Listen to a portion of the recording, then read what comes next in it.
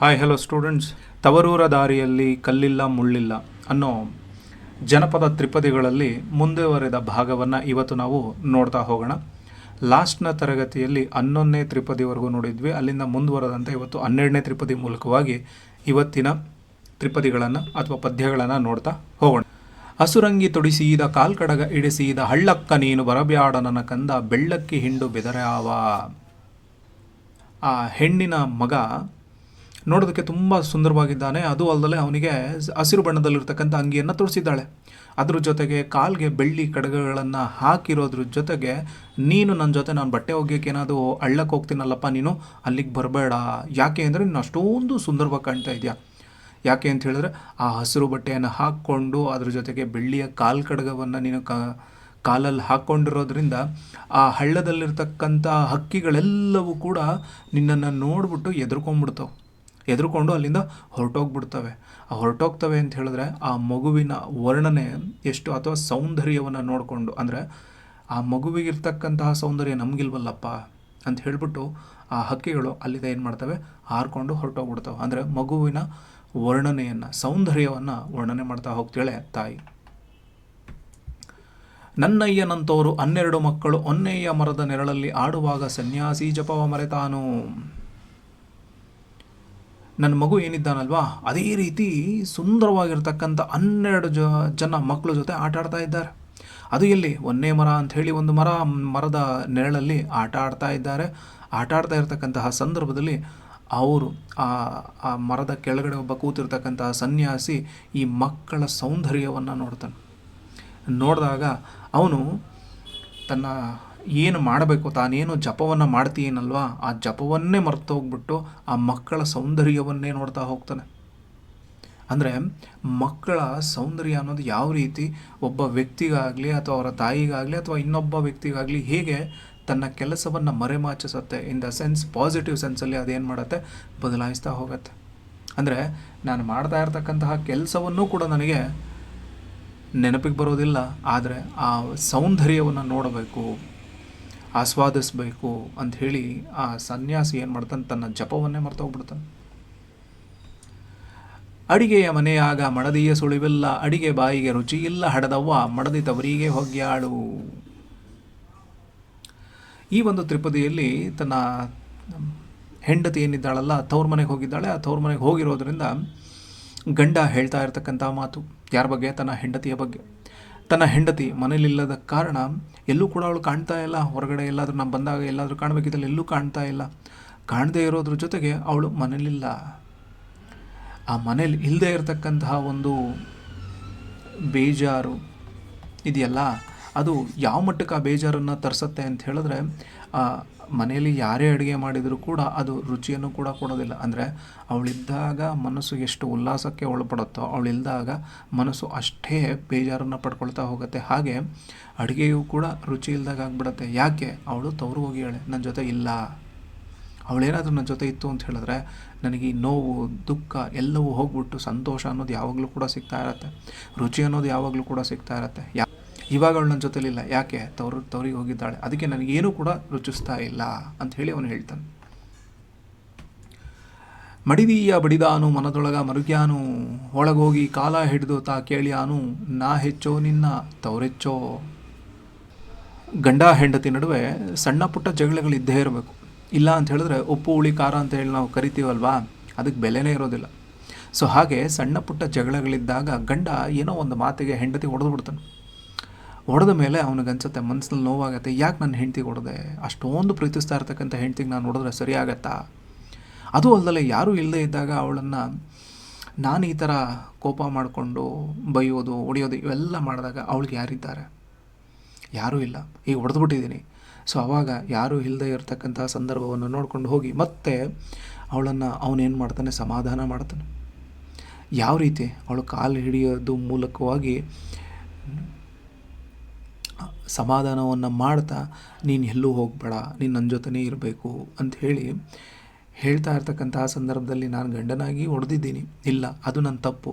ಆದರೆ ಈ ಒಂದೇ ಒಂದು ವಿಚಾರಕ್ಕೋಸ್ಕರ ನೀನು ತವ್ರ ಮನೆಗೆ ಹೋಗ್ತೀನಿ ಅನ್ನೋದಾದರೆ ಇಲ್ಲಿ ತವ್ರು ಹೆಚ್ಚ ಅಥವಾ ನಾನು ಹೆಚ್ಚ ಅಂತ ಹೇಳಿ ಕೇಳೋದ್ರ ಮೂಲಕವಾಗಿ ಯಾವತ್ತೂ ಕೂಡ ನಿನಗೆ ಈ ರೀತಿಯಾಗಿರ್ತಕ್ಕಂಥ ನೋವುಗಳನ್ನು ನಾನು ಕೊಡೋದಿಲ್ಲ, ಆದ್ದರಿಂದ ನೀನು ಎಲ್ಲೂ ಹೋಗಬೇಡ, ನೀನು ಇಲ್ಲೇ ಇರು ಅಂತ ಹೇಳಿಬಿಟ್ಟು ಅವಳು ತವರಿಗೆ ಹೋಗೋದನ್ನು ಗಂಡ ತಡಿತಾ ಹೋಗ್ತಾನೆ.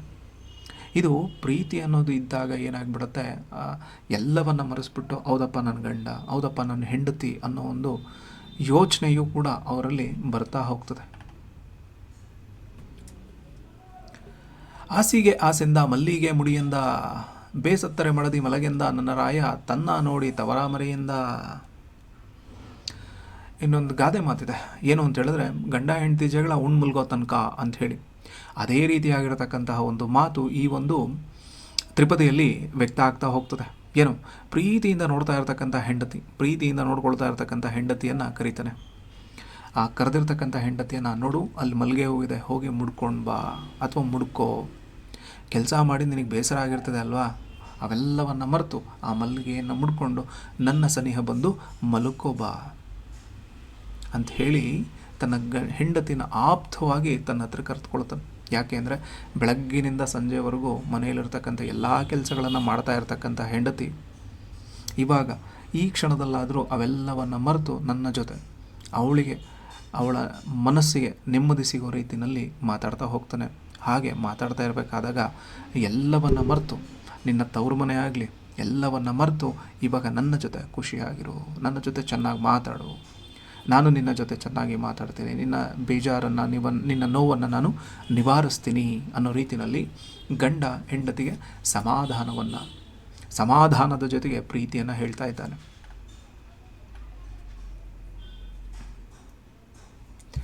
ಅಚ್ಚಡದ ಪದರಾಗ ಅಚ್ಚ ಮಲ್ಲಿಗೆ ಹೂವ ಬಿಚ್ಚಿ ನನ್ನ ಮೇಲೆ ಹೊಗೆವಂತ ರಾಯರಯ್ಯನ ಬಿಟ್ಟ್ಯಾಂಗೆ ಬರಲಿ ಹಡೆದವ್ವ. ಇಷ್ಟೊತ್ತು ನಾವೇನು ನೋಡಿದ್ವಿ ಅಂತ ಹೇಳಿದ್ರೆ, ಆ ಹೆಣ್ಣು ಅವಳನ್ನು ಗಂಡ ಸಮಾಧಾನ ಮಾಡ್ತಾ ಇದ್ದ. ಇವಾಗ ಹೆಂಡತಿ ತನ್ನ ಗಂಡನ ಮೇಲಿಟ್ಟಿರ್ತಕ್ಕಂತಹ ಪ್ರೀತಿಯನ್ನು ವ್ಯಕ್ತಪಡಿಸ್ತಾ ಹೋಗ್ತಾಳೆ. ಯಾವ ರೀತಿ?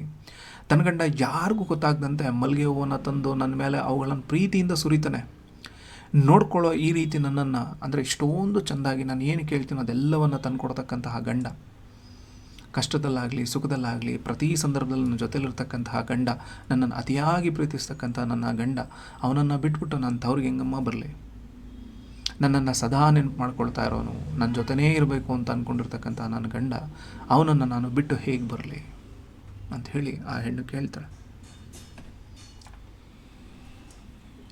ಕೂಲಿ ಮಾಡಿದರೇನು ಕೋರಿ ಹೊತ್ತರೇನು ನಮರಾಯ ನಮಗ ಬಡವೇನ ಬಂಗಾರ ಮಾಲು ಇದ್ದಂಗ ಮನಿಯಾಗ. ಹೇಗಿದ್ರು ನನ್ನ ಗಂಡ ದೊರೆನೆ.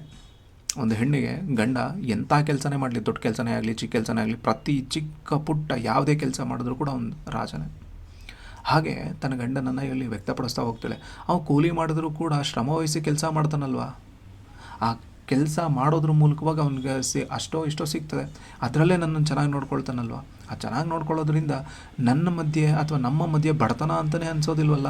ಯಾಕೆ ಅಂತ ಹೇಳಿದ್ರೆ, ಆ ಬಡತನಕ್ಕೆ ಮೀರಿರ್ತಕ್ಕಂತಹ ಪ್ರೀತಿ, ಆ ಪ್ರೀತಿಯ ಜೊತೆಗೆ ಒಳ್ಳೆ ಗುಣಗಳನ್ನು ಇಟ್ಕೊಂಡು ನನ್ನಲ್ಲೇ ಸರ್ವಸ್ವವನ್ನು ಕಾಣ್ತಾ ಇರ್ತಕ್ಕಂಥವ್ನು. ಅವ್ನು ಮನೇಲಿದ್ದರೆ ನನಗೊಂದು ರೀತಿ ಬಂಗಾರ ಇದ್ದಂಗೆ. ಅವನ ಜೊತೆನೇ ನಾನು ಸಮಯವನ್ನು ಕಳಿಬೇಕು, ಅವ್ನು ಬಿಟ್ಟರೆ ನಂಗೆ ಸಮಯನೇ ಹೋಗೋದಿಲ್ಲ. ಅಂದರೆ ಹೀಗೆ ಗಂಡ ಪ್ರೀತಿ ಮಾಡ್ತಾ ಇದ್ದಾನೆ ಅಂತಕ್ಕಂಥವನನ್ನು ಅವನು ಹೆಂಗೇ ಇರಲಿ, ಅವನು ಎಂಥವನೇ ಆಗಲಿ, ಆದರೂ ಅವಳಿಗೆ ಅವನೇ ರಾಜ ಅನ್ನೋದನ್ನು ಹೇಳ್ತಾ ಹೋಗ್ತಾರೆ. ಸಿಟ್ಟು ಮಾಡಿವಿರೇನು ಹಿರಿಯರು ನನ್ನ ಮ್ಯಾಲೆ, ಕಟ್ಟಿಕೋಬ್ಯಾಡ್ರಿ ವೈಮನಸ ಹಡದವರು ಕೊಟ್ಟು ಹೋಗ್ಯಾರ ನಿಮ್ಮನಿಗೆ. ಹೆಣ್ಣು ತನ್ನ ಗಂಡನ ಮನೆಯ ಬಳಗಕ್ಕೆ ಹೇಳ್ತಕ್ಕಂತಹ ಮಾತು ಇಲ್ಲಿ ಹೇಳ್ತಾ ಹೋಗ್ಬೋದು. ಏನು, ನನ್ನ ಮೇಲೆ ಸಿಟ್ಟು ಮಾಡ್ಕೋಬೇಡ್ರಿ, ನೀವು ಹಿರಿಯರಾದವರು, ನೀವು ನಿಮಗೆ ಕಿರಿಯಳಾಗಿರ್ತಕ್ಕಂಥ ನನ್ನ ಮೇಲೆ ಯಾಕೆ ಇಷ್ಟೊಂದು ನೀವು ಕೋಪ ಮಾಡ್ಕೊಳ್ತೀರಾ? ಹಿರಿಯರಾಗಿರ್ತಕ್ಕಂಥವ್ರು ಏನಾದರೂ ತಪ್ಪು ಮಾಡಿದರೆ ಅದನ್ನು ಹೊಟ್ಟೆಗೆ ಹಾಕ್ಕೋಬೇಕಾಗತ್ತಲ್ವ, ಸಿಟ್ಟು ಯಾಕೆ ಮಾಡ್ಕೊಳ್ತೀರಾ? ಆ ಸಿಟ್ಟಿನಿಂದ ನನ್ನಲ್ಲಿ ವೈಮನಸ್ಸನ್ನು ಕಟ್ಕೊಳಕ್ಕೆ ಹೋಗಬೇಡಿ. ಸಿಟ್ಟು ಬೇಡವೇ ಬೇಡ, ನನಗೂ ಬೇಡ ನಿಮಗೂ ಬೇಡ. ನಾನು ಈ ಥರ ಮಾಡಿದ್ದೀನಿ ಅಂತ ಹೇಳಿದ್ರೆ ಈ ಥರ ಮಾಡಪ್ಪ ಅಂಥೇಳಿ ಸರಿಯಾಗಿರ್ತಕ್ಕಂಥ ದಾರಿಯನ್ನು ತೋರಿಸಿ, ಅದು ಬಿಟ್ಟು ಸಿಟ್ಟು ಮಾಡ್ಕೊಳ್ಳೋದಕ್ಕೆ ಹೋಗಲೇಬೇಡಿ. ಯಾಕೆ ಅಂದರೆ ನನ್ನನ್ನು ಹೆತ್ತವರಾಗಲಿ, ನನ್ನನ್ನು ಈ ಮನೆಗೆ ಮದುವೆ ಮಾಡಿಕೊಟ್ಟವ್ರೆ ನನ್ನ ಹೆತ್ತವರು, ಆ ಹೆತ್ತವರನ್ನು ಬೇರೆ ನಾನಿಲ್ಲಿ ಬಿಟ್ಬಿಟ್ಟು ಬಂದಿದ್ದೀನಿ.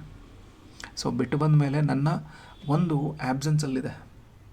ಅದು ಅಲ್ಲದೆ ಇಲ್ಲಿ ನನಗೆ ಆ್ಯಬ್ಸೆನ್ಸ್ ಇದೆ. ಯಾರು? ನನ್ನ ತಂದೆ ತಾಯಿ, ಅಣ್ಣ ತಮ್ಮ ಅಕ್ಕ ಎಲ್ಲರೂ ಇಲ್ಲ. ಸೊ ನಿಮ್ಮನ್ನೇ ಆ ಥರ ಅಂದ್ಕೊಳ್ತಾ ಇರೋದ್ರಿಂದ ನೀವು ನನ್ನ ಮೇಲೆ ಸಿಟ್ಟನ್ನು ಮಾಡ್ಕೊಳ್ಳೋದಕ್ಕಿಂತ ನನ್ನ ಮೇಲೆ ಒಂದು ರವಷ್ಟಾದರೂ ಪ್ರೀತಿಯನ್ನು ತೋರಿಸ್ತಾ ಹೋಗಿ. ಆ ಪ್ರೀತಿಯ ಮೂಲಕವಾಗಿ ನನ್ನ ಜೊತೆ ಸಹಕಾರವನ್ನು ಕೊಡ್ತಾ ಹೋಗಿ ನಾನು ಒಳ್ಳೆ ಸೊಸೆಯಾಗಿ ಈ ಮನೆಯಲ್ಲಿ ಇರ್ತಾ ಹೋಗ್ತೀನಿ ಅಂತಕ್ಕಂಥ ಮಾತನ್ನು ಅವಳು ಸೊಸೆ ಹೇಳ್ತಾ ಹೋಗ್ತಾಳೆ. ಹೊಟ್ಟೆಯೊಳಗಿನ ಆಡು ಬಿಡದಲೆ ಹಾಡಿ ಮುಟ್ಟಿಸಬೇಕಾ ಕಲಿತ ಋಣವ ಇಲ್ಲದಿರಕ ಆಡ ಹಿಂಗ್ಯಾವ ಬಾಯಾಗ. ಮನೆ ಕೆಲಸದ ಮಧ್ಯೆ ಸೃಷ್ಟಿಗೊಂಡ ಜನಪದ ಹಾಡುಗಳು ಯಾಕೆ ಅಂತ ಹೇಳಿದ್ರೆ, ನಾವು ಏನೋ ಒಂದು ಕೆಲಸ ಮಾಡ್ತಾ ಇರ್ತೀವಿ, ಕೆಲಸ ಮಾಡ್ತಾ ಇರ್ತಕ್ಕಂತಹ ಸಂದರ್ಭದಲ್ಲಿ ಆ ಕಷ್ಟದ ಶ್ರಮ ಏನಿರುತ್ತಲ್ಲ ಅದು ಹೋಗಬೇಕು ಅಂತ ಹೇಳಿದಾಗ ಬಾಯಲ್ಲಿ ಏನೇನೋ ಮಾತಾಡ್ತಾ ಹೋಗ್ತಿರ್ತೀವಿ. ಹಾಗೆ ಹಾಡುಗಳನ್ನು ನಾವು ಕಟ್ತಾ ಹೋಗ್ತಾ ಇರ್ತೀವಿ. ಸಾಮಾನ್ಯವಾಗಿರ್ತಕ್ಕಂತಹ ವ್ಯಕ್ತಿ ಯಾವ ಭತ್ತವನ್ನು ಕುಟ್ಟೋದು, ರಾಗಿಯನ್ನು ಕುಟ್ಟತಕ್ಕಂತಹ ಸಂದರ್ಭದಲ್ಲಿ ಅವನು ಆ ಸಂದರ್ಭದಲ್ಲಿ ಏನು ಮಾಡ್ತಾನೆ, ಹಾಡುಗಳನ್ನು ಕಟ್ತಾ ಹೋಗ್ತಾ ಇರ್ತಾನೆ, ಪದಗಳನ್ನು ಸೇರಿಸ್ತಾ ಹೋಗ್ತಾನೆ. ಇನ್ನೊಬ್ಬರ ಮನಸ್ಸಲ್ಲಿ ಕುಟ್ಟಿದ ಹಾಡು ನಾನು ಹಾಡ್ತೀನಿ, ಆ ಹಾಡಿನ ಋಣವನ್ನು ಹೇಗೆ ತೀರಿಸಬೇಕು ಅಂತ ಹೇಳಿ ಮತ್ತೆ ಮತ್ತೆ ಹಾಡುಗಳನ್ನು ನಾನು ಹಾಡ್ತಲೇ ಇರ್ತೇನೆ. ಯಾಕೆ ಅಂತ ಹೇಳಿದ್ರೆ ಬೇರೆಯವರಿಂದ ಕಲ್ತಿರ್ತಕ್ಕಂಥ ಹಾಡು. ಆ ಹಾಡು ನಾನು ಹಾಡ್ತಾ ಹಾಡ್ತಾ ಹಾಡ್ತಾ ಹಾಡ್ತಾ ಏನಾಗ್ತಾ ಇದೆ, ನನ್ನ ಬಾಯಲ್ಲೂ ಕೂಡ ಬೇರೆಯವ್ರು ಹೆಂಗೆ ಹಾಡ್ತಾರೋ ನನ್ನ ಬಾಯಲ್ಲೂ ಹಾಗೆ ಬರ್ತಾನೆ ಹೋಗ್ತಾ ಇದೆ. ಹಲಗೆಯ ಹಿಡಿದಿಲ್ಲ ಬಳಪತಿ ಬರದಿಲ್ಲ, ಶ್ರೀ ಗುರುವು ನಮಗ ಬರಸಿಲ್ಲ, ಕೇಳಿರವ್ವ ಲೆಕ್ಕಣಿಕೆ ನಮಗ ಗೊತ್ತಿಲ್ಲ.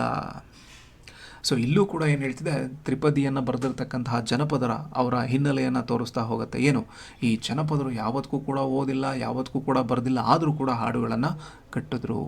ಗುರುವಿನ ಪಾಠ ಅವ್ರಿಗೆ ಸಿಕ್ಕಲಿಲ್ಲ, ಆದರೆ ಬರೆಯೋದಕ್ಕೆ ಅವ್ರಿಗೆ ಅಗತ್ಯವಾಗಿರ್ತಕ್ಕಂತಹ ಪದಾರ್ಥಗಳು ಕೂಡ ಸಿಕ್ಕಲಿಲ್ಲ. ಆದರೆ ಬಾಯಿಯಿಂದ ಬಾಯಿಗೆ ಸೃಷ್ಟಿಯಾಗಿರ್ತಕ್ಕಂಥ ಹಾಡುಗಳನ್ನು ಅವ್ರೇನು ಮಾಡ್ತಾಯಿದ್ರು, ಪ್ರತಿ ಸಂದರ್ಭದಲ್ಲಿ ಹಾಡ್ತಾ ಹೋಗ್ತಾಯಿದ್ರು. ಆ ಹಾಡ್ತಾ ಇರ್ತಕ್ಕಂತಹ ಸಂದರ್ಭದಲ್ಲಿ ಜಾಸ್ತಿ ಯಾರು ಈ ಹಾಡುಗಳನ್ನು ಕಟ್ತಾಯಿದ್ರು ಅಂತ ಹೇಳಿದ್ರೆ ಹೆಣ್ಮಕ್ಳೇ ಕಟ್ತಾಯಿದ್ರು. ಆ ಹೆಣ್ಣು ಪ್ರತಿ ಸಂದರ್ಭದಲ್ಲಿ ಹಾಡನ್ನು ಕಟ್ತಾ ಕಟ್ತಾ ಕಟ್ತಾ ಇನ್ನೊಬ್ಬರು ಹೇಳಿರ್ತಕ್ಕಂಥ ಹಾಡನ್ನು ಬಾಯ್ಪಾಠ ಮಾಡ್ತಾ ಮಾಡ್ತಾ ಮಾಡ್ತಾ ಹಾಡನ್ನು ಕಲಿತು ಆ ಸಂದರ್ಭದಲ್ಲಿ ಹೇಳ್ತಾ ಹೋಗ್ತಾ ಇರ್ತಾಳೆ. ಲಾಸ್ಟ್ ಪ್ಯಾರ,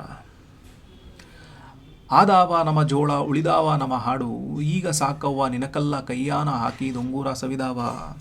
ಧಾನ್ಯಗಳನ್ನು ಬೀಸ್ತಕ್ಕಂಥ ಶ್ರಮ ಅರಿವಾಗದಿರಲಿ ಅಂತ ಹೇಳಿ ನಾವೇನು ಧಾನ್ಯಗಳನ್ನು ಕೊಡ್ತಾ ಇರ್ತಕ್ಕಂಥ ಸಂದರ್ಭದಲ್ಲಿ ನಾವು ಆಗ್ತಾ ಇರ್ತಕ್ಕಂಥ ಶ್ರಮ ಗೊತ್ತಾಗಬಾರ್ದು ಅಂತ ಹೇಳ್ಬಿಟ್ಟು ಏನು ಮಾಡ್ತಾರೆ, ಅವರು ಕೆಲಸ ಮಾಡ್ತಾ ಮಾಡ್ತಾ ಮಾಡ್ತಾ ಹಾಡುಗಳನ್ನು ಕಟ್ತಾ ಹೋಗ್ತಾ ಇರ್ತಾರೆ.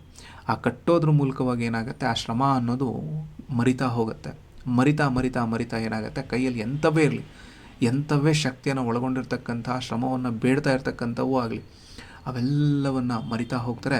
ಮರಿತಾ ಇರಬೇಕಾದಾಗ ಕೈಯಲ್ಲಿ ಧರಿಸಿರ್ತಕ್ಕಂಥ ಉಂಗುರ ಸವದು ಹೋಗಿರುತ್ತೆ, ಬುಟ್ಟಿಲಿರ್ತಕ್ಕಂಥ ಜೋಳವು ಕೂಡ ಕರಗೋಗಿರ್ತದೆ, ಖಾಲಿಯಾಗಿದೆ. ಆದರೆ ನಮ್ಮ ಹಾಡುಗಳು ಇವೆಲ್ಲವೂ ಕೂಡ ಆಗೋಗಿರ್ತದೆ. ಯಾಕೆ, ಕುಟ್ತಾ ಇರಬೇಕಾದಾಗ ಕೈ ಸವಿಬೋದು ಅಥವಾ ಅಲ್ಲಿ ಹಾಕಿರ್ತಕ್ಕಂಥ ಆಭರಣಗಳು ಸವಿಬೋದು, ಆದರೆ ಹಾಡು ಯಾವತ್ತಿಗೂ ಕೂಡ ಕೊನೆ ಆಗೋದೇ ಇಲ್ಲ.